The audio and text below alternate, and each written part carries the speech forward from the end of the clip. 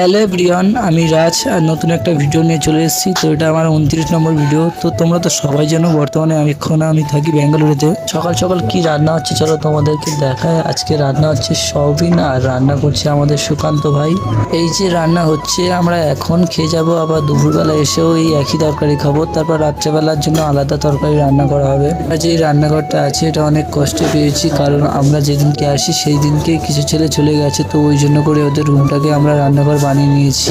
যেহেতু ডিউটিতে যাওয়ার সময় হয়ে গেছে আর দেরি করে লাভ নেই, তো খাওয়া দাওয়া সেরে আমাদেরকে ডিউটিতে বেরোতে হবে। এদিকে আমি বেরিয়েও গেছি, তো আমি একা যাইনি, আমার সাথে আমার একটা দোস্ত যাচ্ছিল। তো আমার যেই বন্ধুটা আছে ওই বন্ধুটার বাড়ি বিহারে, আর ও বাংলা বোঝে না, ও হিন্দিতে সবসময় কথা বলে।